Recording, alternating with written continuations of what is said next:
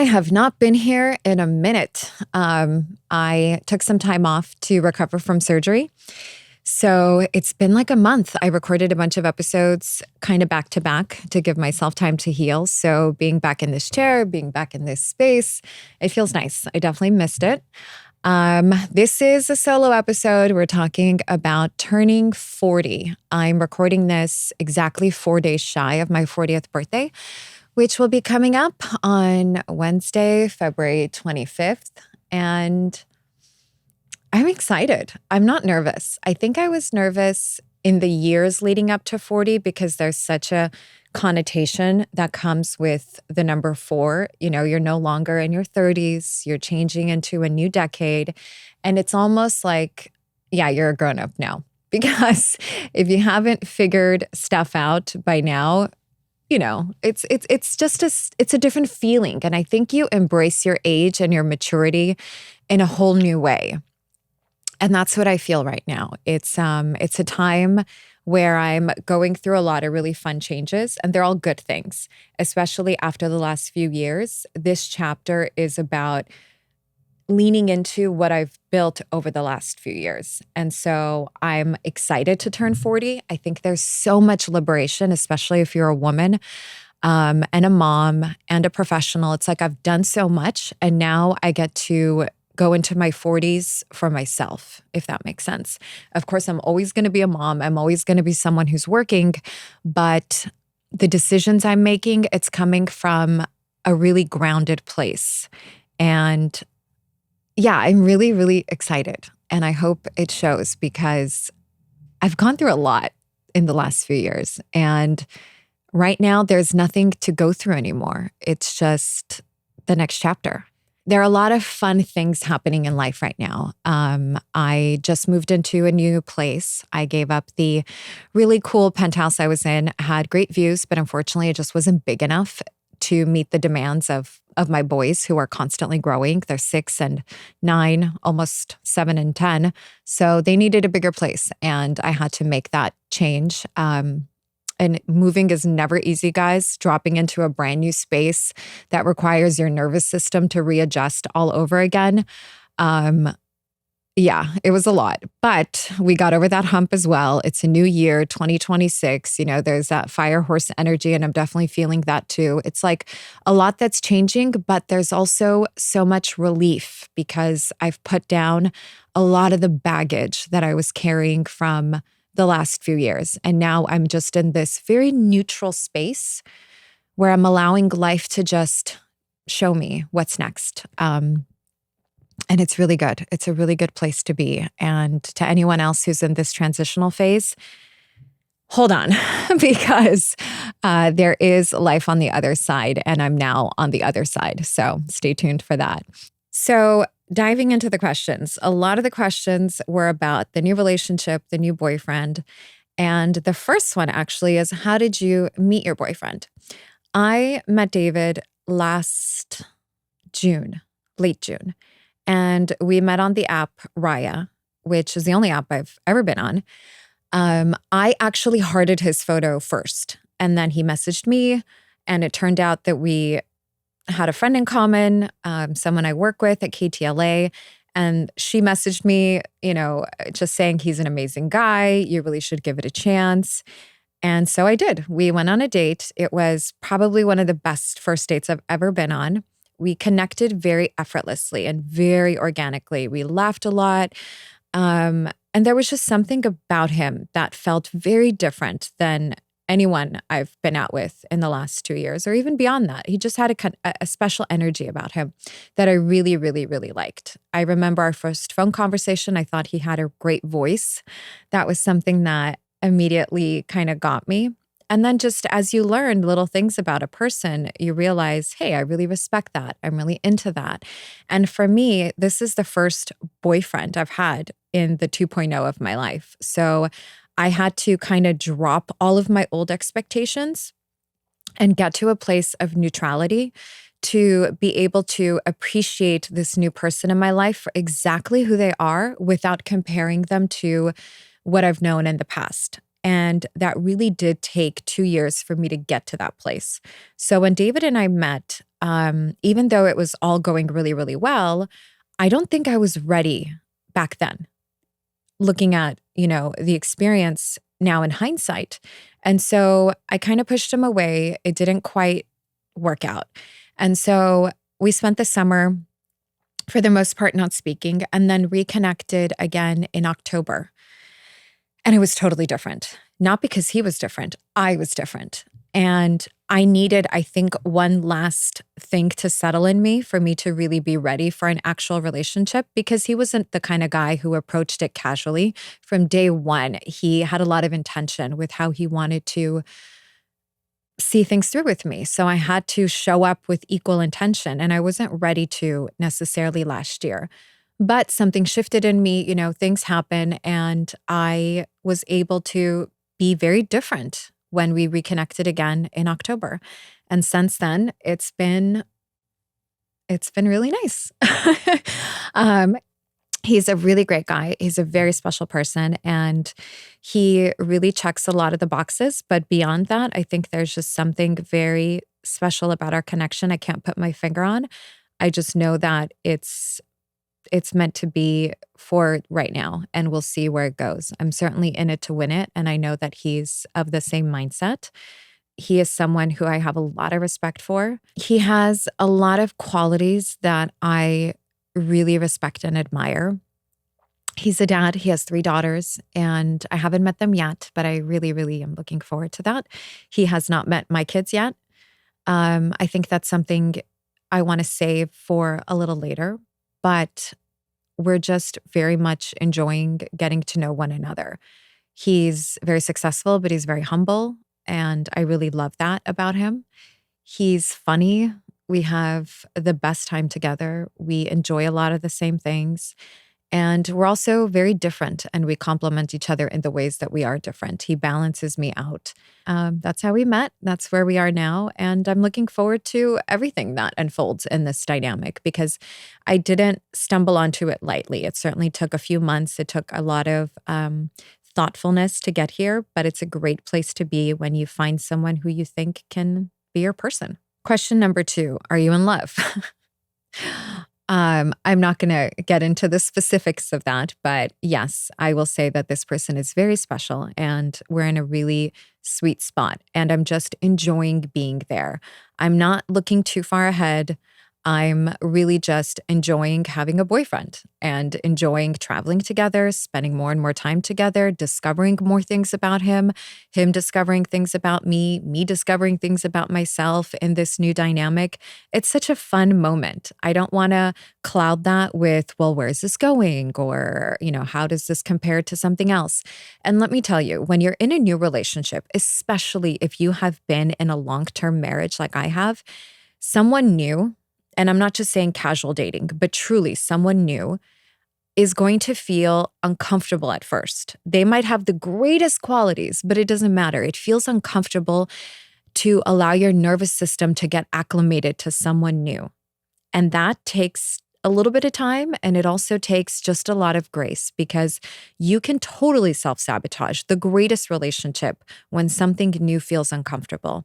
And anything new, anything that requires growth is going to feel a little uncomfortable at first, but you have to ease into it and really ease into the good moments and let that carry you to the next day. As long as there's that overarching feeling of wanting to really be with this person, then you just have to move with it and allow the uncomfortable moments to lead to more vulnerability, more openness, more trust.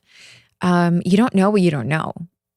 And that's a really great and liberating feeling to say, this is something new. I've never felt it before. I'm going to try and understand it, but also just feel it and embrace it and enjoy where life is taking me. What feels better now than it did in your 20s or in your 30s? I think I just feel better now, if that makes sense. When you're in your 20s, you're very uncertain of life. You are always second guessing yourself. You're trying to be a people pleaser. You always feel like you're behind, even though you're just in your 20s. And then in your 30s, for me at least, it was a whole other chapter where I was very focused on building. I was a new mom. I had little kids to take care of. It was an awkward stage because I was also showing up every day on TV, but I didn't feel 100%. I was sleep deprived. I didn't look the way I wanted to look necessarily. I couldn't find that sweet spot. And so it was a lot of uncertainty. But now, being just shy of 40, I know who I am. I am happy with who I am. And I did a lot of work on myself, and I'm always continuing that work because I think that's just the best part of life is self-mastery, being self-aware, understanding that everything that's coming up, it's just there to show you what you need to look at, what you need to work on, what you need to let go of. And so I'm having fun in just that chapter now. And I don't think I was as forgiving of myself in my 20s and 30s. I had so much pressure that I needed to have it figured out. And now there is no pressure to figure it out. It's more like, okay, let's roll with it. Let's enjoy this moment and let's understand this a little better. It's fun navigating this new chapter, knowing I already went through my 20s. I already went through my 30s. And those moments were all there for a reason. I hold so much reverence for everything I've been through in life, but also I'm very gentle with myself now. And I was very hard on myself in my 20s and 30s. Whereas now you just go, all the chapters that came before this moment happened to bring me to this place. And that's it. It's just the beautiful book of your life. What's something you used to tolerate in relationships that you absolutely will not anymore? I actually really love this question. I will not tolerate a situation that makes me shrink myself, that makes me feel small. I will not tolerate bad communication. I will not tolerate emotional unavailability. I will not tolerate someone who's rude. Those are all the things. I'm not saying that's what I experienced before, but these are just things I know I need now in order to feel my best in a relationship. So I will not be in any circumstance where I feel like I have to dim my light, because that's not who I want to be. I want to be with someone who makes me feel expansive. And my relationship now certainly does. David is my biggest fan and I'm his biggest fan, but that's how it should be. You should be with someone who wants to see you grow, who wants to see you shine, who compliments you and offers to help. And all those things are very important because feeling supported, that's a really big part of partnership. Emotional availability. Now, that's really important too, because you have to be with someone who's going to mirror your capacity for vulnerability and, in fact, encourage you to be more vulnerable. I look at my relationship now and it's very balancing.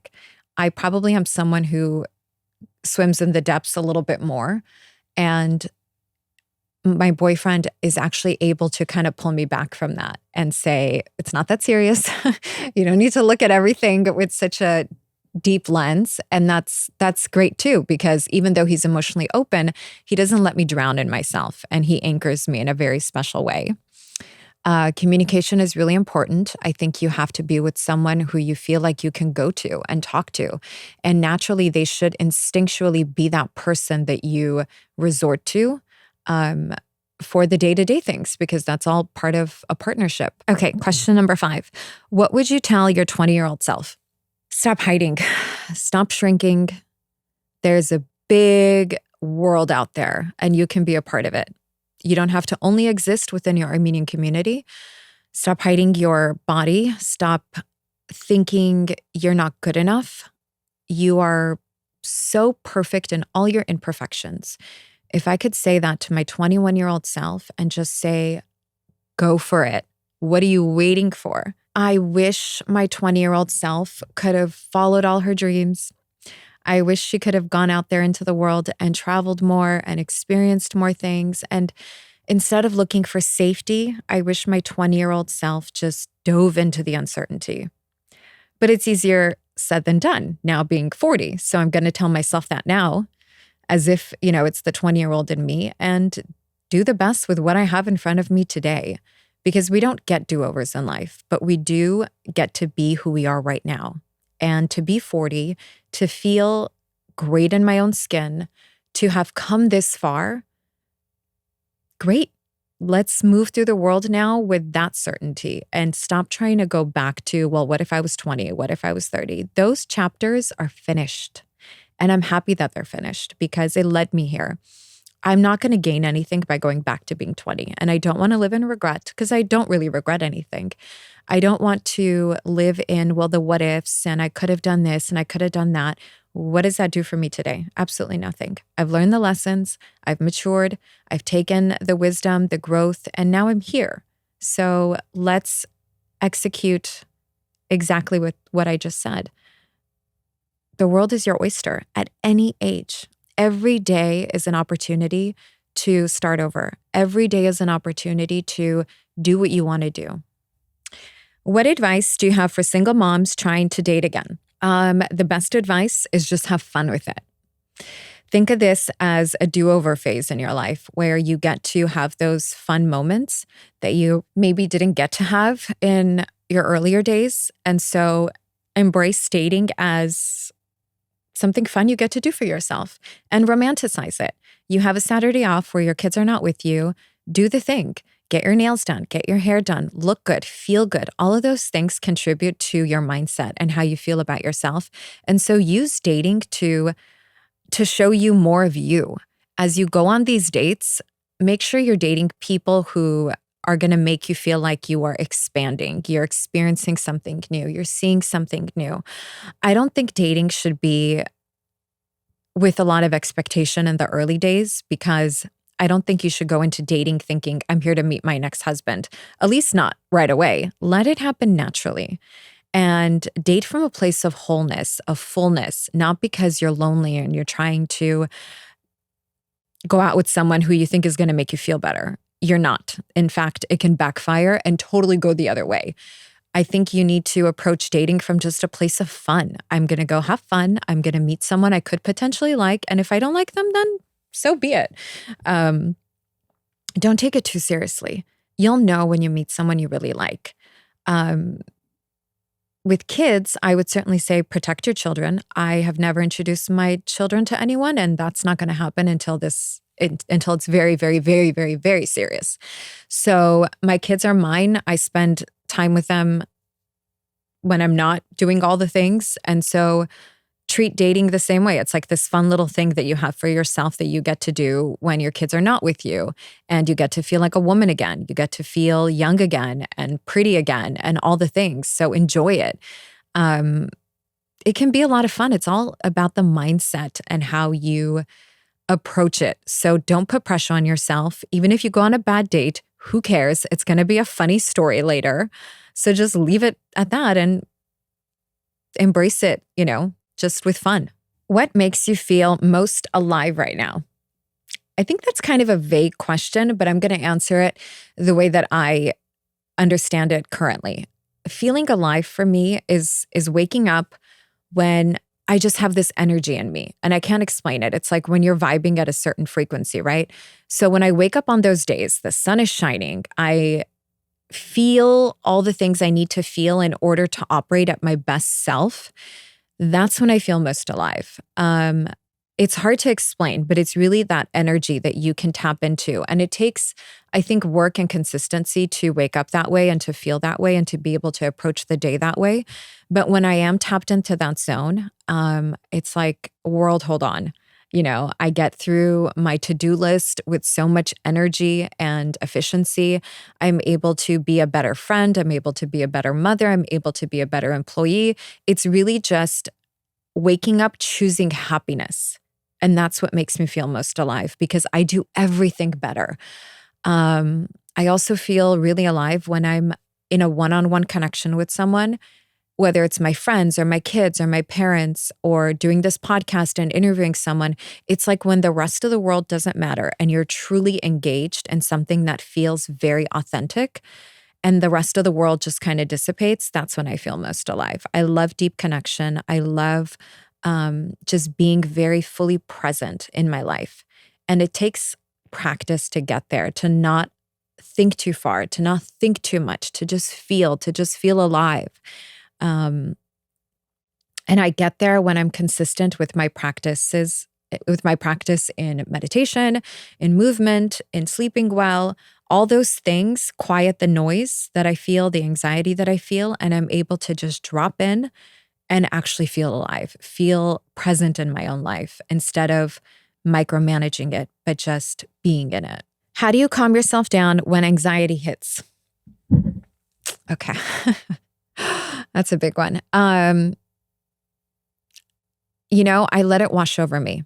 When I feel very anxious, and I've talked about this before, I am someone who has anxiety, but I look at it as a wave. It's going to come in, it's going to peak, and then it's slowly going to come down.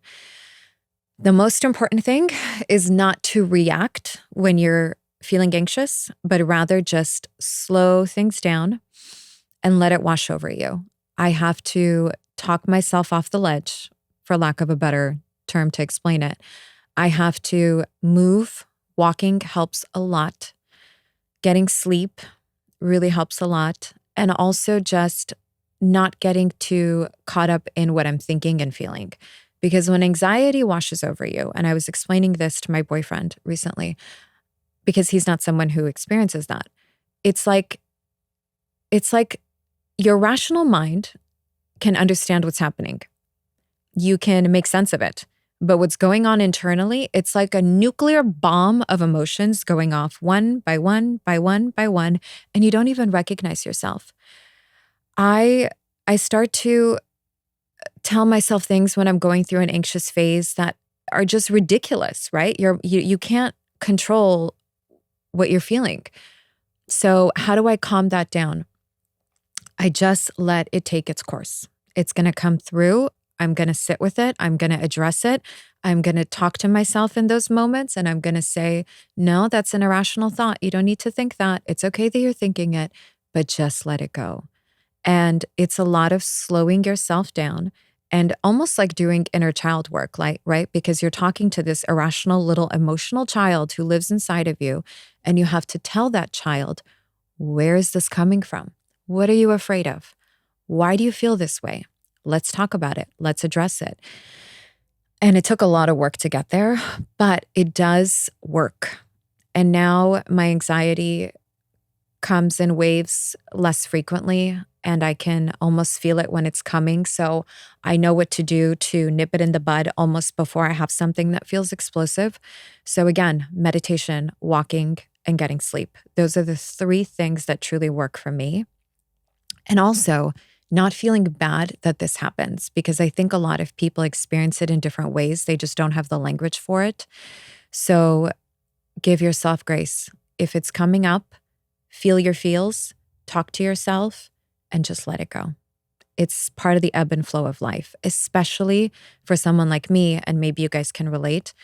I have a public-facing job, so the pressure of showing up every day, the pressure of showing up here, the pressure of showing up on social media, the pressure of showing up for my kids, my social circle, my relationship, my family, all of it gets to you. And it's not a bad thing. It's you growing. It's all a part of growth, and growth is going to trigger uncomfortable feelings, which sometimes can feel like anxiety. And if you have anxiety like I do, it all just gets amplified. So as you're moving through new chapters in your life, these things are inevitable, but you have to just move through it in the best way that works for you. I would say take out a journal and write down when your anxious moments start coming up and what you did to help you through it. And then you can understand what your pattern is. Also, speaking to a therapist, I'm sure is helpful. There are ways through it. There's certainly ways through it, but you have to understand yourself and what works for you. What do you love most about sharing on the podcast? Well, I love exactly this, being able to really have expansive conversations and go deep on things I never got to do working in news. I was always that person, but I didn't execute in my day-to-day because my job requires me to focus on the story. It's not about intellectualizing things. It's not about metabolizing these grand concepts. It's really just about getting to the nitty-gritty. It's fast-paced. It's always about the story. It's never about me. So this podcast, I get to share me and my life and my journey. And I know that what I experience is very much a reflection of what you're experiencing, because we're all essentially going through the same thing in different ways.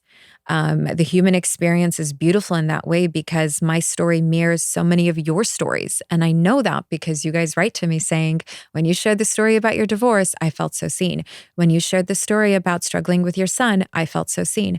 That's what this is all about. It's about having the courage to show up and to share from a place of honesty with the trust that people will feel seen in your story. And maybe that'll encourage something within them to change, to be more vulnerable, to be more open. I know that people who I admire and look up to and listen to their podcasts, they are a source of expansion for me and a source of inspiration to be the best version of myself. So if I can do that for someone else, then I'm succeeding. That's really what it's all about. Question 10. If you could start over, what would you do differently? I'm getting a lot of these questions, right? About what would you do in your 20s or 30s? What would you do if you start over? I think the only thing I would do differently, and I've talked about this before, I would follow my passion without any fear. Easier said than done. I'm not going to get that do-over in life, but I'm going to tell myself that now. So whatever I want to do right now, as if no one is watching, I'm going to do it, because we don't get do-overs in life. And part of turning 40 is embracing that. I'm not going to be able to go back even from this moment. So what do I do with the time that I have now? I think if I could go back and tell my younger self, one big lesson is that momentum is gold. When you are onto something new, don't waste time. Don't get complacent. If you have an opportunity, truly seize it. Do the thing that's going to take you the extra mile, even if it feels cringe, even if it feels uncomfortable. It's that extra 10% that's going to put you over the edge. It's like darts on a board. Try different things. If it works, great. If it doesn't, no one cares if it didn't work. Only you know. And congratulations, failure means you tried. So try the thing, do the thing. If I could go back in life, I would just do a lot more, because I am someone who wants to always be producing and making and being in a creative space. So I wish I had more opportunities, but the opportunities don't come to you. You have to create the opportunities for yourself. When I look back at my life now, it's not that I didn't do the things because I had the chance and I said no to them. I didn't create the opportunities for myself because I just didn't have the knowledge that I do now. And I'm creating those opportunities for myself now. And guess what? When you do that, when you show up with excitement and motivation and the willingness to try, the universe, life, opportunities show up to meet you. And that's how you create a life for yourself. Every time that I have shown up and tried something bold, the world met me with my effort. And everything in your life is a reflection of the effort you are putting out. If you are getting B results, it's probably because you're putting in B effort. And we all know that. And I try not to hone in on that too much because I think it's borderline being too hard on myself, but also we needed to keep the edge. So when you're onto something, take it all the way. Do the extra thing. Like really just put all your energy behind it, because that's when the magic happens. And that's when you're truly rewarded. Don't get complacent. Don't get lazy. I have to remind myself this all the time, and balance it with rest, because that's really important too. Question number 11. What inspired you to start the podcast? Again, going back to what I was doing and what I'm still doing. I still work full-time in news for KTLA. And so it just felt very rewarding, but also very limiting, because I can do the job and I love it. I love being a storyteller, but there always was a moment where I felt stuck, that I wasn't, I wasn't really giving what I could give. I wasn't at my full capacity. And so when I went through, all the big changes in my life the last few years, I felt very encouraged to try something new. And podcasting was something that just felt like a very natural next level shift, transition to dive into and really get uncomfortable and see where I could grow and how far I could take it. And I'm still doing that. And I love that. I love having something in front of me where I can just test myself and get better at and see where I need to still grow and expand, because that's really the whole point of life, is transformation and growth. And I'm very committed to that. And this podcast really allows me to do that. So I think if you're also thinking of what you can do to pivot in life, ask where you're not being expanded and what can you do in order to first get uncomfortable, to then get comfortable, to then get confident. Question 12, do you regret your divorce? No, I don't. I regret not being with my kids full time. That's never going to get easy. And as a mom, it just is, I miss them all the time. But I don't regret the divorce because I had to go through that to get to this version of me. And this version of me was dying to come out while I was married. I couldn't grow in my marriage, and it wasn't his fault. It was my fault. It's not even a fault. It just is. I needed to evolve. I needed to experience life. I needed to experience myself, and I needed to be here today. I can't fully explain it without getting too personal, but I think I needed my divorce to be the catalyst for so much change and growth. And I'm proud of myself. So how can I regret that? I'm proud of how far I've come. I'm proud of all the grief I went through and didn't allow it to break me. I'm proud of how much I've matured, how much I've created for myself. It's all good things. So no, I don't regret it. I regret the pain and, what it caused for everyone in my life, but it's life. And, when you look back, you have no guarantees of what your life would have looked like if you stayed. You just have to trust that the decision you made came because it needed to, whether you were guided by a bigger power, your faith, or just something deeply in you that said, you have to go and walk through that door. And I did that, and I don't regret it, because from myself as a woman, as a person, it just was the most gratifying feeling to knowing that I can do the hard thing, I can do the impossible and get to the other side. It's like, yeah, I can never regret that. What's something you've done for yourself since turning 40? So last year, 2025, when I was 39, I did a lot of solo traveling, and that was so fun because I never did that before. I went to the Middle East by myself. Well, I met friends along the way. And I went to Paris, and then I took a couple trips to New York alone, and again, met friends along the way. But I flew by myself. I checked into the hotel by myself, and I did things on my own while I was traveling. And let me tell you, it's so fun traveling alone, at least for me, because I got to explore a city just in my own energy, if that makes sense. You're not with kids, even though I love traveling with my kids.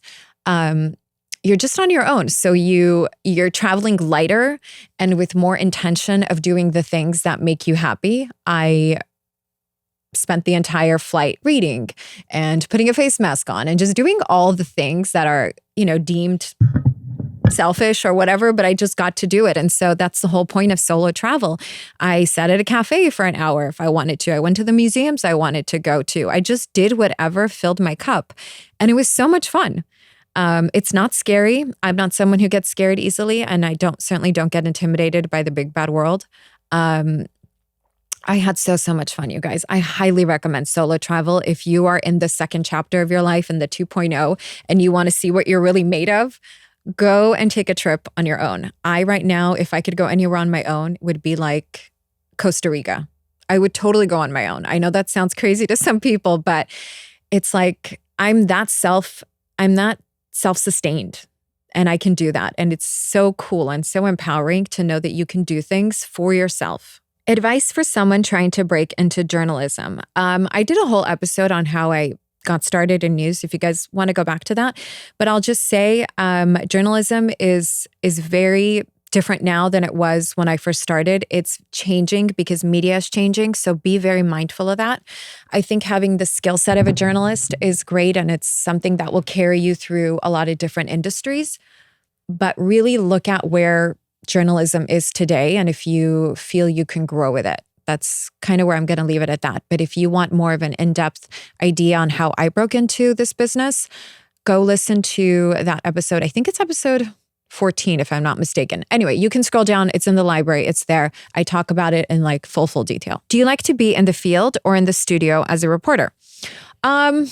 I like both. I would say the field is fun because you're in it, you're in the action, you're seeing everything happening. I've gone to some of the coolest places with my job and experienced some of the coolest things, but you're also in the elements, and it's not fun to work in the rain. It's not fun to work in the snow. It's not fun to work in a mudslide, but it's part of what we do. So I would have to say it's more comfortable to be in the studio where you have clean restrooms and a chance to see your coworkers. Being in the field is very isolating as a reporter because it's just me and my photographer and the people or the circumstance that you're covering.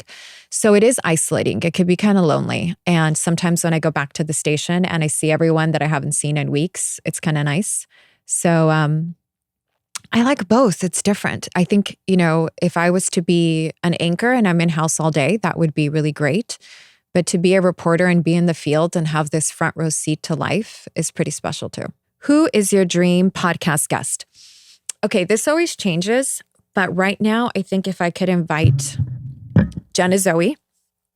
She is the creator of the app Align and also just someone who really knows human design very well, and human design is different compared to astrology.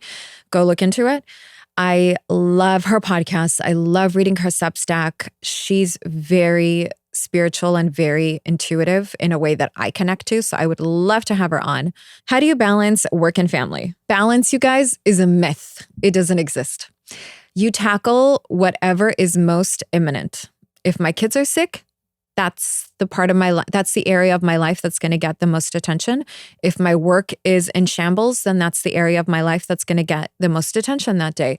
We're all putting out fires, especially if you're a busy person. So there is no balance. For me, balance as a single mom, when my kids are with me, I don't go out. I don't do anything else. I'm just with them. Unless I have something that's very pressing for work, or unless I obviously have to go to work. But I carve out the time and space to be with them when they're with me. When they're not with me, that's when I overload on work.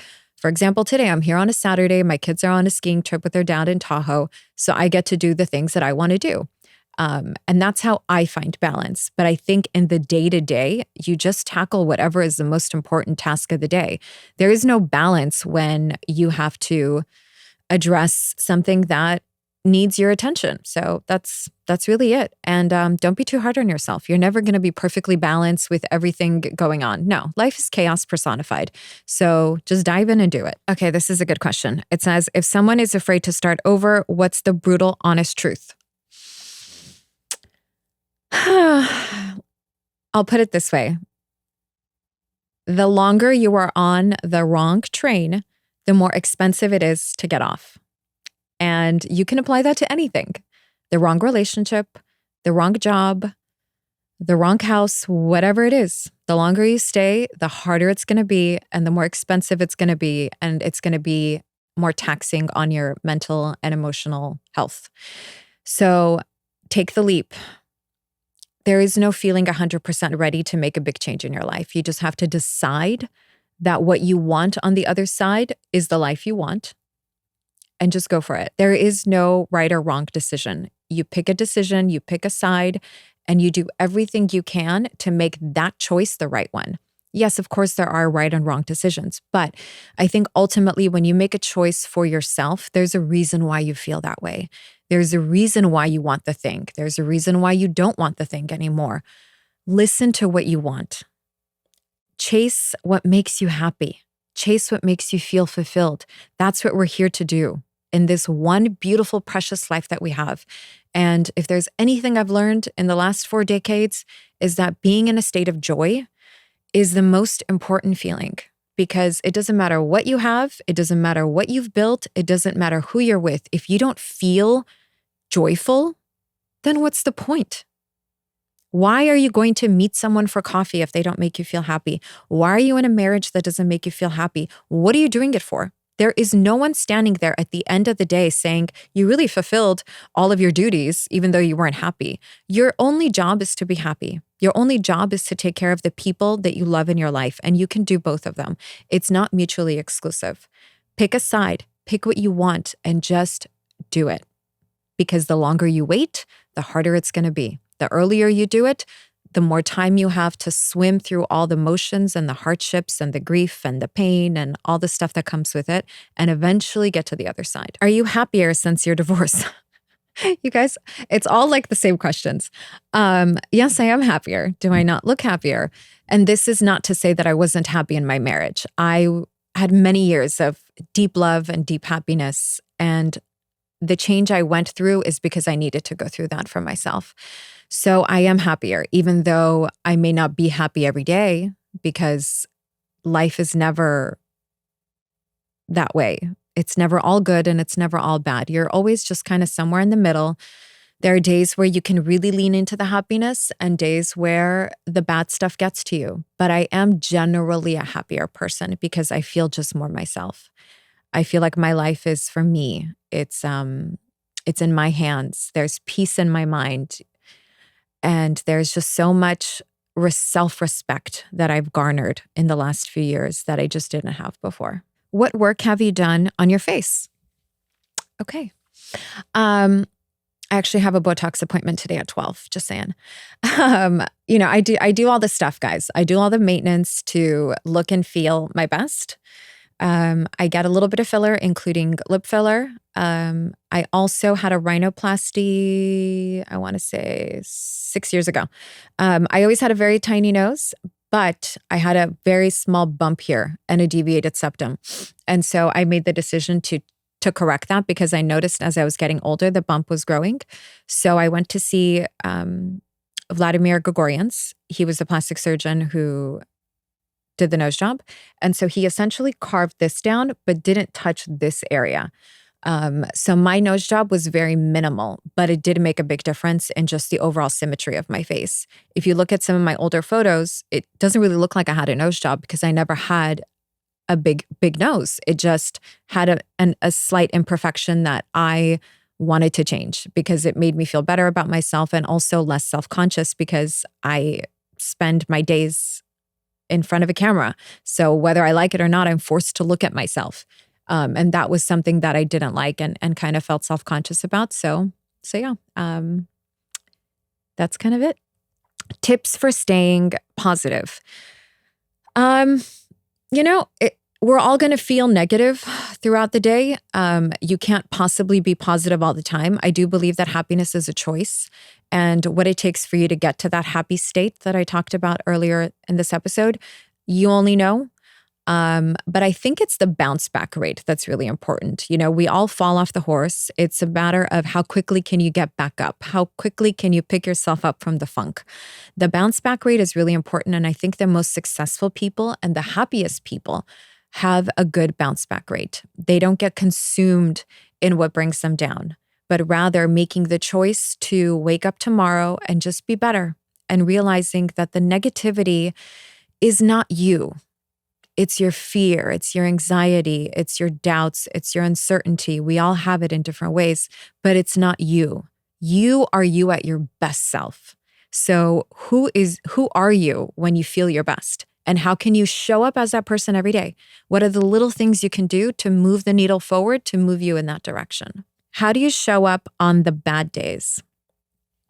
I've learned to lower the bar. When I'm having a really bad day and I have a to-do list of 10 things, I lower the bar down to just 2. And I say, today I'm only going to get through this. I'm going to breathe. I'm going to eat. I'm going to go to sleep. Lower the bar as low as it needs to go to just get you through. And then tomorrow, when you feel better, you can tackle more and more and more and more. When I went through a period of anxiety just a couple weeks ago, it lasted about 7 days. It was a bad one. And so what I did was simply show up in the most minimal way that I could, that was possible for me. Because showing up imperfectly is still showing up. If you guys have seen that chart where it says consistency, we think it's like this upward trajectory, but it's not. Consistency, one day is this, one day it's this, one day it's this, one day it's this. It's not linear. And life isn't linear, but it's consistently showing up. I learned that as someone working in news for now going on 2 decades. Show up every day. Do the best you can. And just always be curious about yourself, because when you're curious, you can get better at doing you. You can be more self-aware, and then life just doesn't feel that hard anymore because you get better at being yourself. You get better at understanding your darkness as well as your light. You get better at doing life because you get better at just being who you are. So always stay curious and just love yourself through it. Give yourself grace and kindness and humility. Don't take it all too seriously, and just follow your happy. Thank you so much for tuning in to Breaking Through with Ellina Abovian. For our community to grow, please like and share, and also leave a review on this episode. Of course, you can find me on social media and let me know what you'd like to talk about in future episodes. Nothing is off limits, so let's have some fun.